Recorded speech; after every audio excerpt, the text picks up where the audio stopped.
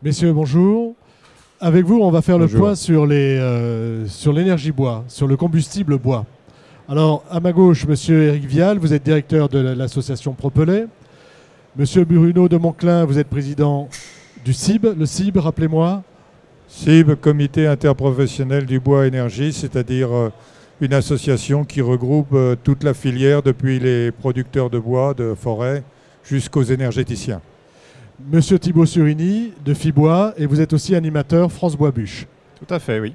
Voilà. Alors, on va commencer avec vous, Monsieur de Monclin. Est-ce qu'on a suffisamment de ressources et de ressources bois énergie? Pour aujourd'hui, ça semble fonctionner, c'est-à-dire que les appels d'offres qui ont été lancés dernièrement sur le bois énergie semblent trouver les ressources dont ils ont besoin. Mais compte tenu de l'espoir de progression du bois énergie, il faut savoir que le bois énergie en volume augmente de 50 à 100% tous les ans. Donc effectivement, avec un rythme pareil, il n'est pas certain qu'on arrive à suivre, enfin la ressource arrive à suivre la demande. D'autant plus que les rythmes de réalisation du bois ne sont pas les mêmes sur la demande que sur l'offre. Sur la demande, les industriels font des prévisions à 3 à 5 ans, alors que les forestiers, eux, font des prévisions à 50 ou 80 ans. D'accord. Du côté de l'association Propelais, Alors, quel est son... Propelais, c'est l'association du chauffage au granulé en France. Donc, on est les représentants de l'ensemble de la filière granulée, producteurs, distributeurs de granulés, chaudiéristes, poêlistes, artisans installateurs, j'en passe et des meilleurs. Toute la filière, tous les professionnels qui sont en contact avec le granulé en France. Pellet, c'est le mot anglais pour dire granulé. Oui, granulé, oui. D'accord. Donc, du côté du granulé, est-ce qu'on a la ressource? Est-ce qu'on la trouve? Et est-ce qu'aujourd'hui, en tant que particulier, ou si j'ai une chaufferie communale au granulé, je vais pouvoir trouver du granulé comme je trouve du gaz? Alors, aujourd'hui, la ressource, on l'a. On a suffisamment de bois et des industriels qui sortent du bois pour arriver à fournir le granulé. Après, le client particulier, aujourd'hui, n'a pas de souci à se faire pour trouver du granulé, puisqu'on est sur des volumes de production qui sont supérieurs au volume de consommation française, de l'ordre de 15 à 20%. Donc, la filière production de granulé a la qualité de s'adapter et de progresser en capacité régulièrement, justement en suivant les évolutions de la consommation, même si aujourd'hui, on est sur des volumes de plus 20 à 30% par an de croissance du granulé en France. Cette croissance, elle va continuer encore vous avez des prévisions ou pas? On espère qu'elle va continuer. Le granulé est un produit qui est très avantageux à tous les niveaux, que ce soit écologique, sociétal, création d'emplois et au niveau rendement. Donc on a un produit qui est propre. Donc on a vraiment un produit idéal pour le chauffage. J'ai bien dit pour le chauffage, qui est l'objectif primordial du granulé. Et donc, tout porte à croire que ça va se développer. On est sur des croissances importantes de matériel de l'ordre de 50 à 60% par an. Et donc, ça se développe beaucoup. Et les perspectives, on annonce, aujourd'hui, on est sur une consommation de 600 000 tonnes par an. On prévoit quand même d'arriver un jour à 2 millions. Donc, il y a quand même encore une belle perspective d'ici, on va dire, 2020-2025, quoi. En ce qui concerne la bûche, on en est où? Est-ce que c'est pareil? On a de la ressource parce que c'est un mode de chauffage ancien finalement, la bûche. Oui, la bûche est un produit très traditionnel, effectivement. Ça reste le premier combustible bois en termes de bois énergie. Largement, vous avez des proportions?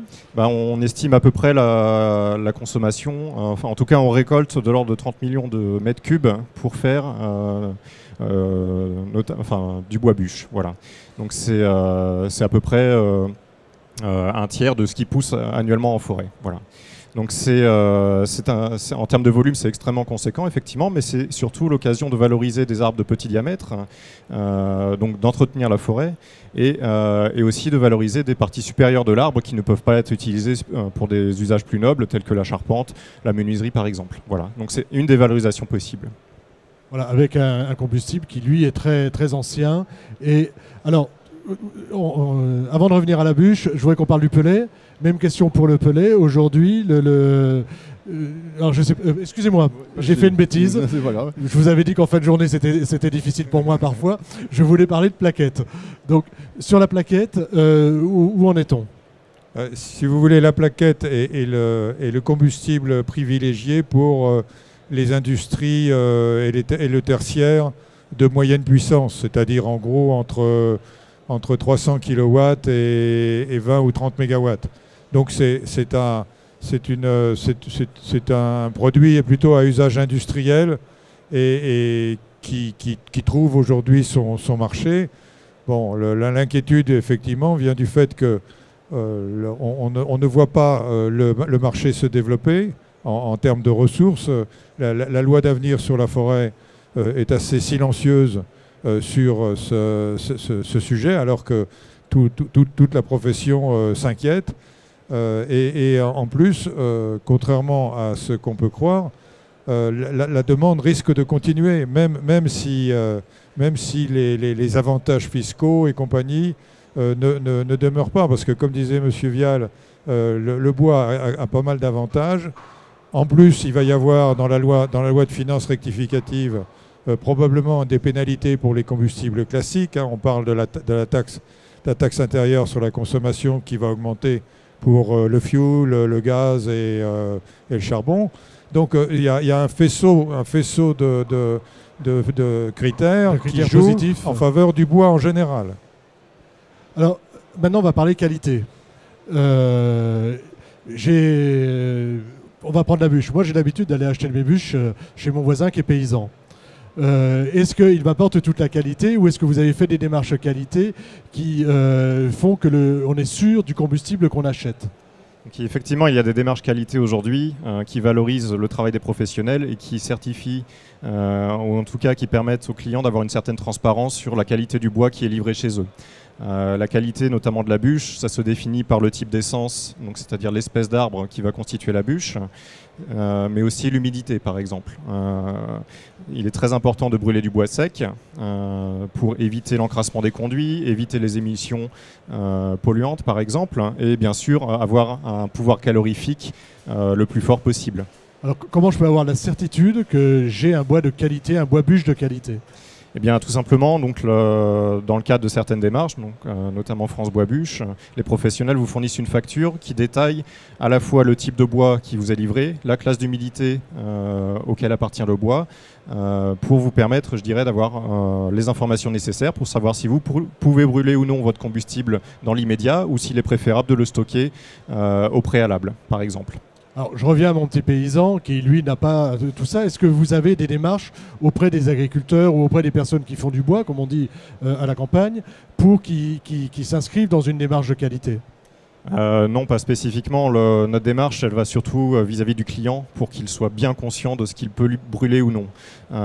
Autre chose importante, ne pas brûler du bois de récupération, donc du bois qui est verni ou peint. Ça, c'est extrêmement dangereux pour la qualité de l'air intérieur. C'est fortement proscrit.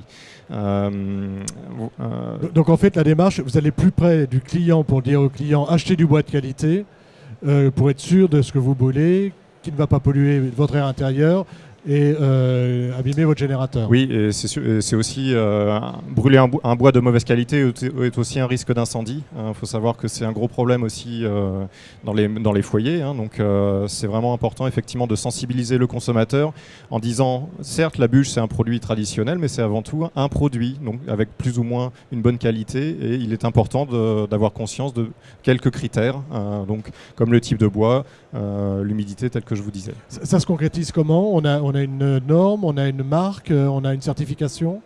Donc il y a différentes marques qui existent. Vous avez la marque NF Bois de chauffage, vous avez la marque France Bois Bûche qui s'est développée aussi, notamment celle-ci effectivement où les professionnels s'engagent à respecter certains critères et à en informer le client. Voilà. Alors même question pour le granulé. Est-ce que maintenant je trouve des granulés de qualité ? Comment je peux m'assurer en tant que particulier ou autre que j'achète un granulé de qualité ? Alors, un granulé de qualité, c'est quoi ? Alors un granulé de qualité, bonne question. Un granulé de qualité, c'est un granulé qu'on va dire certifié. C'est-à-dire aujourd'hui sur le marché, vous avez 3 organismes de certification. On va les citer pour en parler clairement. C'est l'ANF, granulé biocombustible, l'ADDIN+, et l'EN+. Alors, je ne veux pas rentrer dans les détails de chacune, mais techniquement, elles garantissent les mêmes critères, c'est-à-dire les critères de la norme européenne de qualité du granulé. Donc à partir du moment où un granulé est certifié de ces certifications, le consommateur a pas la garantie à 100%, parce qu'il peut toujours avoir quelques petits problèmes. Ouais, mais globalement, même pas les tricheurs, mais il peut y avoir c'est du bois quand même, donc il peut y avoir quelques petites incertitudes, mais globalement, c'est une très grosse garantie. Et aujourd'hui, si on compare par rapport à quelques années, on avait quasiment personne qui était certifié en France en termes de producteurs de granulés. Aujourd'hui, on a plus de 95% des producteurs français qui sont certifiés. Et même le peu de granulés qui arrivent ponctuellement de l'extérieur, il est majoritairement certifié. Donc aujourd'hui, pour acheter du granulé qui n'est pas certifié, il faut vraiment le vouloir. Il faut vraiment le chercher. Voilà, il faut le chercher. Et les producteurs, si c'est du sac, c'est marqué dessus. Et si c'est du vrac, c'est-à-dire du camion souffleur qui va livrer en vrac du granulé dans une chaudière, dans un silo d'une chaudière, il s'engage sur la fourniture, sur la facture et sur l'honnêteté de fournir du granulé de qualité certifié. Pour la plaquette, on a les mêmes critères de qualité? Alors, c'est pas du tout pareil. Hein. Il faut savoir que dans la plaquette est un produit à transformer en énergie. C'est-à-dire qu'on ne vend pratiquement pas de plaquettes aux particuliers. Donc, il n'y a pas de label ou de choses comme ça. Donc pour la plaquette, en fait, le critère qualité, il se mesure au niveau de l'installation. C'est-à-dire que les installations sont en général contrôlées par l'État et doivent respecter un certain nombre de normes, de rejet, de différentes qualités, enfin de conformité avec la réglementation en vigueur. Donc là, on est plus intéressé dans le milieu industriel par la qualité de l'opération que par le produit lui-même, le produit bois lui-même. Alors, sur le bois lui-même, effectivement, il y a un problème de qualité. Non pas qu'il soit de mauvaise qualité, mais il peut y avoir, compte tenu qu'il s'agit d'une filière qui n'est pas encore mature, il peut encore y avoir d'assez gros écarts. Et les critères de qualité que donnait monsieur tout à l'instant, il y en a plus que ça pour le bois plaquette. Pour le bois plaquette, il y a la granulométrie, il y a la teneur en poussière, il y a un certain nombre d'autres critères qui sont des critères, j'allais dire, techniques et industriels. Et puis, il y a un problème, on revient un petit peu sur le problème de la quantité, de la ressource. Oui. Eh bien, quand la ressource manque, eh bien, les gens se précipitent vers les ressources de moins bonne qualité, et en particulier sur le bois en fin de vie. Hein. Donc, le bois en fin de vie n'est pas obligatoirement mauvais, mais ils sont pas tous bons. Donc, il est indispensable, et c'est en train de se faire, de créer, j'allais dire, une assurance qualité sur le bois en fin de vie. Alors, dernière question, et je vais vous demander une réponse rapide parce qu'on arrive à la fin. On va parler un peu d'argent. Est-ce qu'il y a des tensions sur les prix? Est-ce que les prix des granulés, le prix de la bûche ou le prix du pellet sont stables? Alors, on va attaquer au niveau du pellet. Hein. Donc, la filière pellet a toujours argumenté sur une relative stabilité des prix du granulé. Ce qui est vrai, puisque jusqu'à 2012, le granulé progressait de 2,5%, 2,7% par an en moyenne. Par rapport aux autres énergies, on est très loin. J'en profite quand même pour rappeler au passage qu'on est quand même sur une énergie qui est moitié moins chère que le fuel et 3 fois moins chère que l'électricité et le propane au kilowattheure. Donc c'est quand même des atouts importants. Aujourd'hui, pas aujourd'hui, mais ces derniers temps, il y a un petit réaménagement des prix au niveau du granulé qui font qu'il y a une hausse qui est sensible en 2013, correspondant à des investissements qui ont été faits par la production comme par la distribution qu'il faut rentabiliser d'une manière ou d'une autre. Voilà. Au niveau de la bûche? Donc sur la bûche, c'est extrêmement dépendant des cours du bois en forêt, donc ça dépend des régions. Et donc on a des prix relativement variables, je dirais, d'un produit à l'autre, surtout que ça dépend de l'humidité, de la longueur des bûches que l'on veut, etc. Mais simplement, effectivement, je reprendrai ce que disait monsieur Vial sur le prix au kilowattheure, qui est pour la bûche de l'ordre de 4 centimes à peu près. Et pour le pellet, très rapidement. Oui, alors, disons que peut-être mes collègues le ressentent pas directement. Sur la plaquette, on ressent directement la concurrence du gaz. Hein. Et le gaz, aujourd'hui, n'est pas cher, et il est même de moins en moins cher avec le gaz de schiste. Donc aujourd'hui, la plaquette ne peut pas être achetée à un prix trop élevé, parce qu'à ce moment-là, elle n'est plus compétitive par rapport au gaz, surtout au gaz industriel. Merci beaucoup messieurs d'avoir accepté de participer, de nous avoir instruits sur le bois énergie. Merci. Merci, au revoir.